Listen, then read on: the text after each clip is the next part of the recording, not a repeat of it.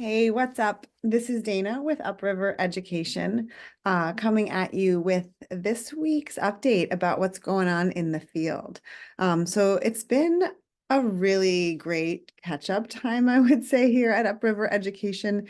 March was absolute madness, and I think a lot of the work that we do really mimics the pace of the work that's happening in schools here in the Northeast. March is typically sandwiched between April and February vacations.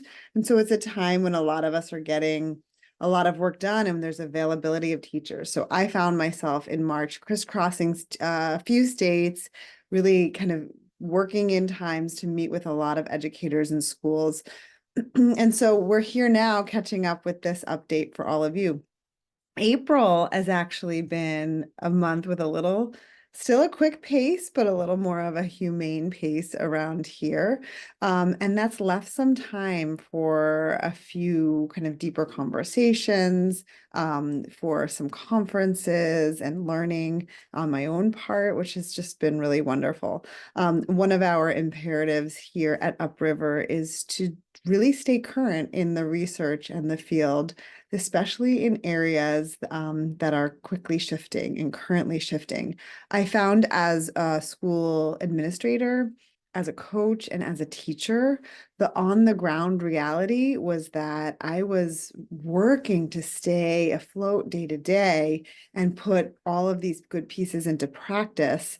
However, that left very little time and bandwidth, frankly, to look at the research journals, to stay on top of who the current names and researchers and voices in the field were.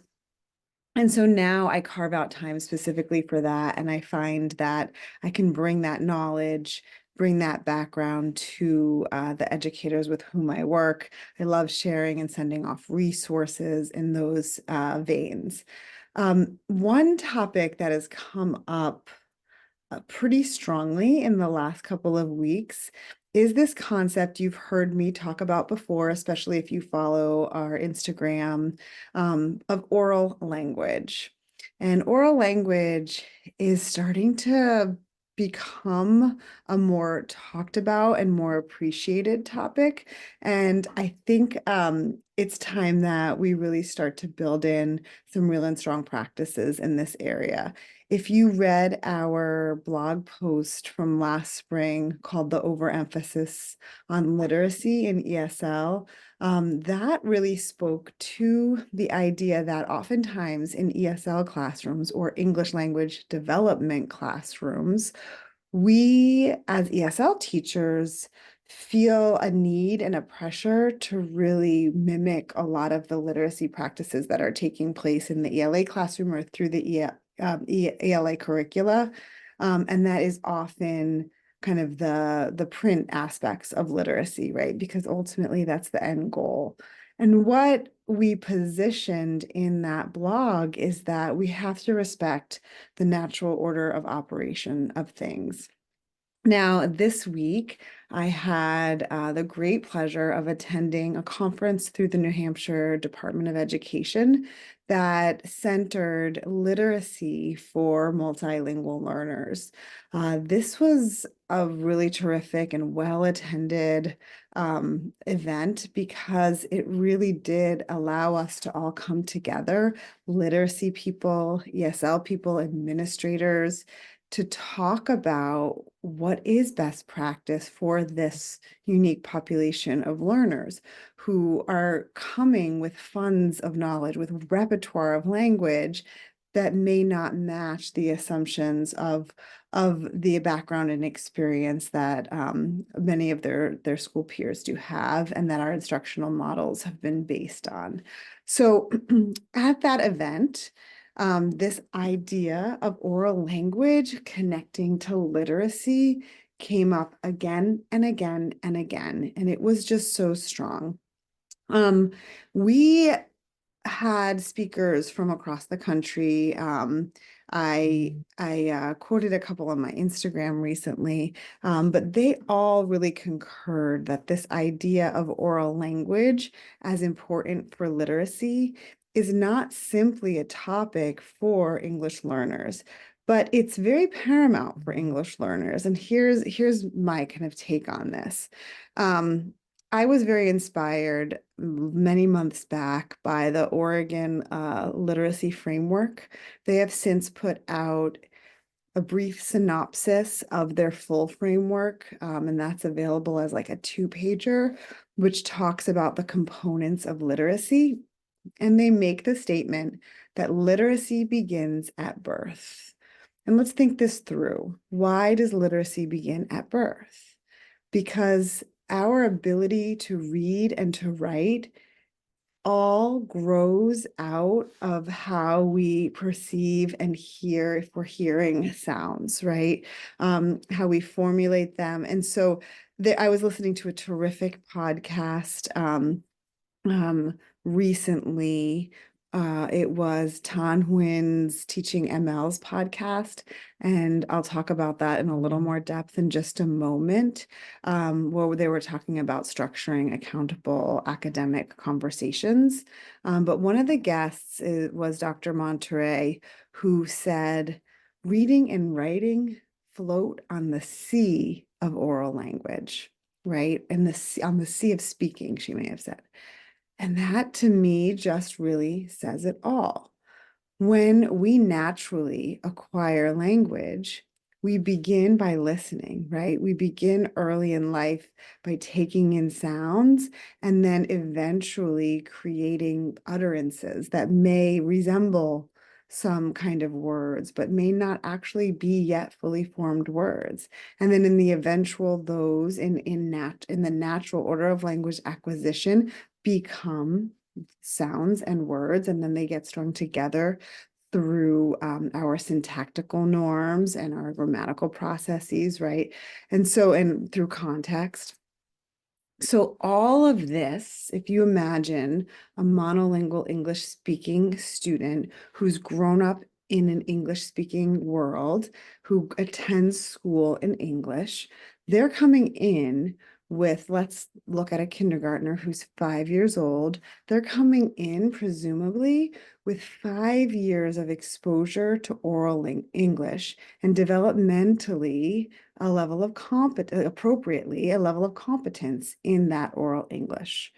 So when they then start to enter the point at which our ELA curriculum begins, which is connecting sound to print, we are leveraging those 5 years of oral English in order to begin the next phase in their literacy journey.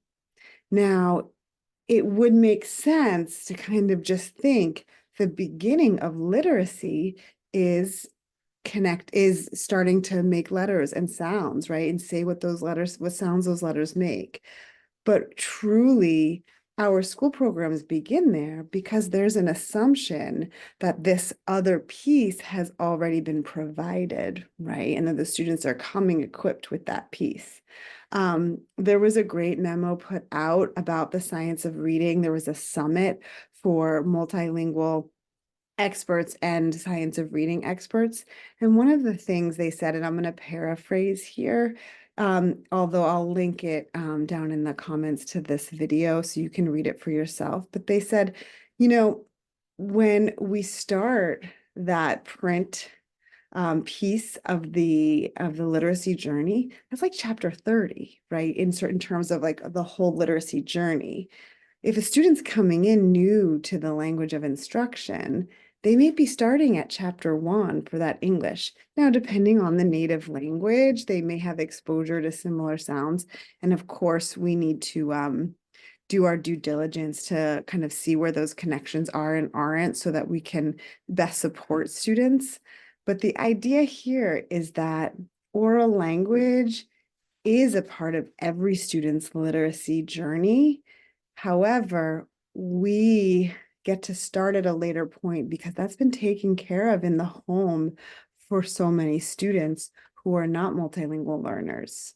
For our multilingual learners who may not have proficiency yet in English, but are learning their literacy skills in English, they may have other proficiencies and readiness to read and jump in at that chapter 30 in the language at which they're competent. But if they don't yet have that in English, that's what we need to focus on building first, right? So when we start to focus and begin with students who don't have that foundation in English, and then we don't see the growth, we become worried. We start to see issues or problems or come to conclusions about students' capacity. And that can be a really dangerous piece, but also at its core, where it's actually our failure to meet students where they need to be in this journey and really see the whole of the literacy journey. So that piece, I'm just going to plug in here. That piece was really supported in all of the brain research and all of the current literacy research. And what I'd love to see next is that to become supported across classrooms, because I think in our rush to bridge gaps, as we like to call them, I don't know if I see them as gaps. It's really just about understanding where students are and understanding the full journey of literacy, right? Not just where we've typically jumped in as as educators. Let me just plug in. Brilliant. Okay. So the next area where oral language is showing up a lot in conversation is in English language development. So this week I had the opportunity to be in a district who has been working and adopting our ESL Plus curriculum guide. And part of that guide is really helping teachers to define what language they're going to focus on for kind of like that high leverage, high utility language of access to content and curricula. So the big question there is, what language do our students really need in order to become successful in social and in instructional settings, right? Once that language is defined, we have to choose our delivery, right? And we have to choose which domains we choose to speak, we choose to teach and plan for. Now, in one district, we were talking about how their courses are set up to separate domains. So there may be a speaking course and a writing course, but the students are not necessarily taking all of those. And then in another district, I was chatting with a teacher who has to mix all domains at once, but feels very pressured to constantly have written product. And so we talked about, how do you ensure that we're giving opportunities to write, but also that we're giving opportunities for that oral language development, right? For students to hear and develop their ear for language. So one of the ways we talked about connecting this was providing students opportunities, perhaps that are multimodal, but opportunities to listen to peer language, opportunities to listen to a variety of speakers, academic speakers, perhaps through podcasts, through visiting, through the teacher talk, through peer modeled language, all of these pieces, so that they can really, in a highly contextualized way, bring that oral piece together, and then teaching that transference of that language into the writing. There's no reason that we can't be asking students to write and getting them into a writing habit, but we also have to recognize that we can't skip the oral piece and develop the writing without that being solid. Right. The last piece I'm seeing oral language come up, and probably the most common, is actually through instructional practices across all content areas. I got a lovely email this week from teachers who are working in a district where we're developing a strategic plan. And they said, we're working to really start to bring oral language practices across all content areas and into all classrooms. And they're really recognizing that, this is essential for multilingual learners, and it's beneficial for all learners. That's a rationale that I struggle with sometimes because I want it to be enough that it's essential for multilingual learners, right? I think those of us um, who promote this work and are deep in this work and advocate really want to feel like that is enough. That said, and it is, right? That said, the added bonus that the work you're going to do or teachers will do to shift practice in this direction is going to be seen in so many students. Right now, when I do walkthroughs in schools, there isn't a lot of oral language and interaction happening in a lot of classrooms. Students are doing a lot of practice with writing and reading. A lot of their independent time is pretty quiet. There are some turn-in talks, but they're not typically very structured. So this podcast that I referenced earlier in episode talked about the QSSSA approach to a structured oral interactions. And this is one of many examples of how having a protocol for language can be, and especially oral language, can really help students engage more deeply in content, hear peers model that language, but also kind of reinforce their thinking around topics and feel a little more confidence around their learning. One of the outcomes that the researchers for this method noticed in their work was a boost in student agency and student confidence. And this was for all students, multilingual or monolingual. And that is such a huge piece. We sometimes believe that we don't want to put students on the spot, right? We all remember cold calling. I have to take a deep breath when I think of that. I was always very preoccupied about getting called, cold to answer or to speak in class. And so I spent a lot of my time thinking about whether that would happen and less time thinking about the actual content. Whereas with structured protocols, there's support built in for the language of interaction. There are expectations set, there are scaffolds in place, and it actually promotes a lot more interaction among peers. Another great place to look for this is I've recommended this book by Zwiers and Crawford before, Academic Conversations, and this really gets into a lot of very specific protocols that are useful tomorrow. The other related book they have out is by Zwiers and Hamerla, is the K3 guide to academic conversations. And so a lot of the activities and kind of language building prompts and protocols built into here are really more specific for this age bracket, which is really nice too. And then they contextualize this across different content areas. So you can see how this could look in a mathematics setting or a science setting, for example.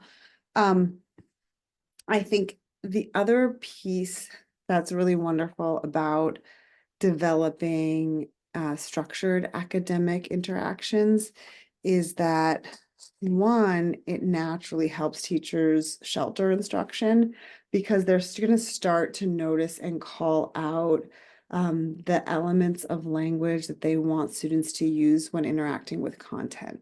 If you use QSSSA, one of the S's stands for STEM. So you're actually providing a sentence STEM, the 3 reasons that the War of 1812 was significant are, right? So you're allowing students to kind of put that content within an academically linguistic frame, right? And that in that way, we remove some of the cognitive load and we reinforce some of the linguistic norms or the linguistic patterns that students could use to communicate around their topic. Another way that this is really beneficial across all content settings is that it creates crossbars for around which teachers can collaborate. So collaboration has come up a lot recently in terms of how do ESL teachers, in general content area teachers or special educators really connect what they're doing. Some of the pushback I'm seeing, for example, around a lot of the pre-scripted ESL curricula that are coming out from the larger companies is that they're kind of a content area in and of themselves. They're a little less language forward and a little more content forward. And while so much of the content is beautiful, it feels like it's very disconnected from the other content learning that multilingual learners or ELs are doing in their classrooms. However, if we start to center this oral language and we identify the oral language skills that we want students to apply to their academic contexts, we identify the bridge points. It's those bridge points that are the conversational topics for collaboration.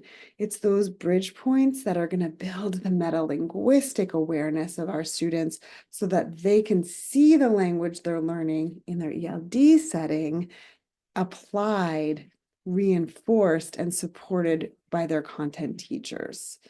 When we can create consistency, we can also signal to our administrators what to look for. What does best practice look like in a content setting with respect to language?